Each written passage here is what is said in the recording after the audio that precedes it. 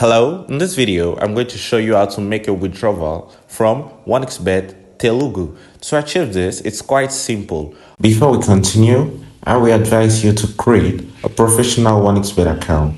To achieve this, you go to registration, choose a registration method of your choice by phone, fill in your informations, then at the level of promo code, type Chelsea TV. This promo code gives you a 300% bonus at your first recharge, which implies that if you put in 10,000, you get 40,000. All you have to do is go into your menu. Once in your menu, go to the right upmost corner in settings. Once in settings, you're going to go to withdraw from account. Once in withdraw from account, you're going to see different methods, and you're going to choose from these methods the most adequate for you in Telugu. For example, I don't really master the methods used in Telugu to make a withdrawal, but you're going to see them in your interface and choose one of them. That will be all.